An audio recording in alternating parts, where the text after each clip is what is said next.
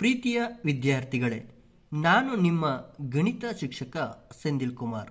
ನಿಮ್ಮೆಲ್ಲರಿಗೂ SSLC ಗಣಿತ ತರಗತಿಗೆ ಸ್ವಾಗತ. ಇಂದು ನಾವು ವೃತ್ತಗಳ ಪಾಠದ ಒಂದು ಪ್ರಮೇಯವನ್ನು ನೋಡೋಣ. ಆ ಪ್ರಮೇಯದ ಹೇಳಿಕೆ ಹೀಗಿದೆ: ವೃತ್ತದ ಮೇಲಿನ ಯಾವುದೇ ಬಿಂದುವಿನಲ್ಲಿ ಎಳೆದ ಸ್ಪರ್ಶಕವು ಸ್ಪರ್ಶ ಬಿಂದುವಿನಲ್ಲಿ ಎಳೆದ ತ್ರಿಜ್ಯಕ್ಕೆ ಲಂಬವಾಗಿರುತ್ತದೆ. ಇವಾಗ ಈ ಪ್ರಮೇಯದ ಅನುಗುಣವಾಗಿ ಒಂದು ಚಿತ್ರವನ್ನು ಬಿಡಿಸ್ಕೊಂಡಿದ್ದೇವೆ. ಆ ಚಿತ್ರವನ್ನು ಗಮನಿಸಿದಾಗ XY P ಬಿಂದುವಿನಲ್ಲಿ ಎಳೆದ ಸ್ಪರ್ಶಕವಾಗಿದೆ. O ವೃತ್ತ ಕೇಂದ್ರವಾಗಿದೆ. OPಯು ಸ್ಪರ್ಶ ಬಿಂದುವಿನಲ್ಲಿ ಎಳೆದ ತ್ರಿಜ್ಯವಾಗಿದೆ. ಈಗ ನಾವು ದತ್ತವನ್ನು ಬರೆದುಕೊಳ್ಳೋಣ. ದತ್ತ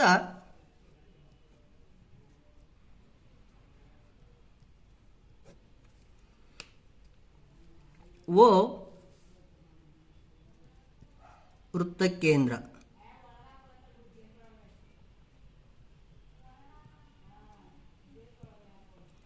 XYಯು P ಬಿಂದುವಿನಲ್ಲಿ ಎಳೆದ ಸ್ಪರ್ಶಕ.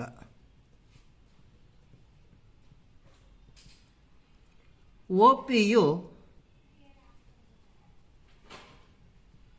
ಸ್ಪರ್ಶ ಬಿಂದುವಿನಲ್ಲಿ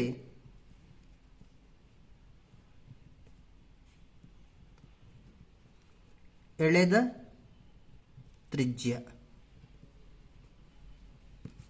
ಇದು ದತ್ತ.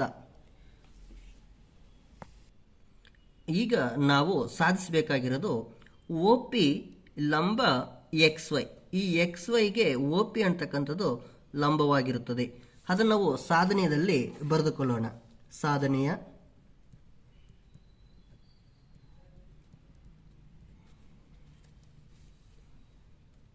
OP ಲಂಬ XY. ನೆಕ್ಸ್ಟ್ ರಚನೆ.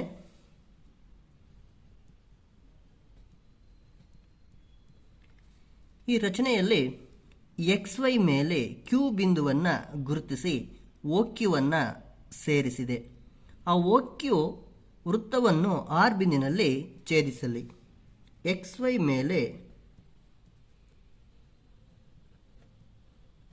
Q ಬಿಂದುವನ್ನು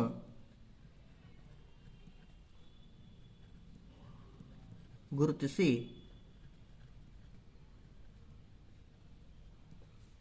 OQವನ್ನು ಸೇರಿಸಿದೆ.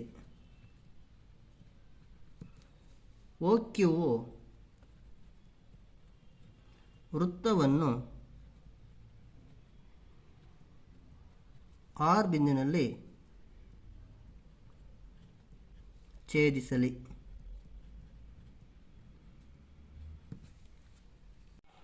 ನಂತರ ಸಾಧನೆ. ಚಿತ್ರವನ್ನು ಗಮನಿಸಿ. OR ಗಿಂತ OQ ದೊಡ್ಡದಾಗಿದೆ.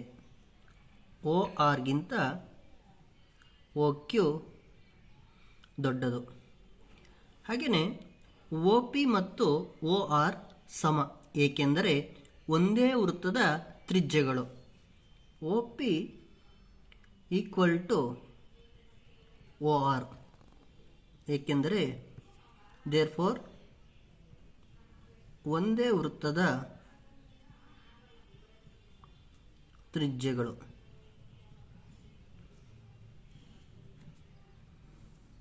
OP ಗಿಂತ OQ ದೊಡ್ಡದು. OP ಗಿಂತ OQ ದೊಡ್ಡದು. ಇಲ್ಲಿ ಗಮನಿಸಿ, Q P ಬಿಂದುವನ್ನು ಬಿಟ್ಟು ಬೇರೆ ಆಗಿರೋದ್ರಿಂದ OPಯು Oನಿಂದ XYಗಿರುವ ಅತ್ಯಂತ ಕಡಿಮೆ ದೂರವಾಗಿದೆ. Qಯು Pಯನ್ನು ಬಿಟ್ಟು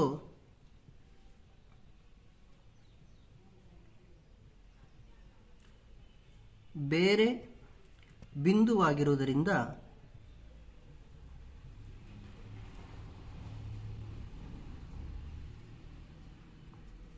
OPಯು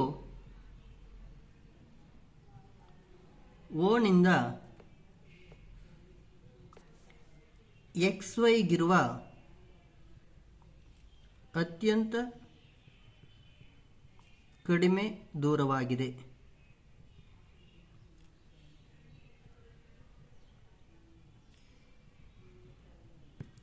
ಆದ್ದರಿಂದ OP ಲಂಬ XY, ಏಕೆಂದರೆ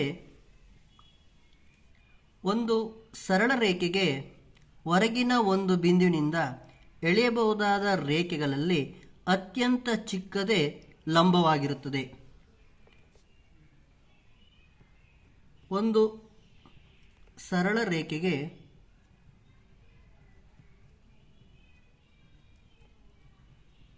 ಹೊರಗಿನ ಒಂದು ಬಿಂದುವಿನಿಂದ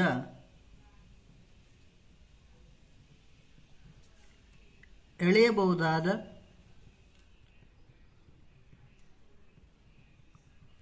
ರೇಖೆಗಳಲ್ಲಿ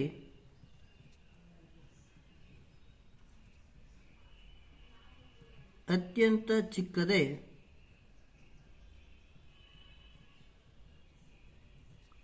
ಲಂಬವಾಗಿರುತ್ತದೆ.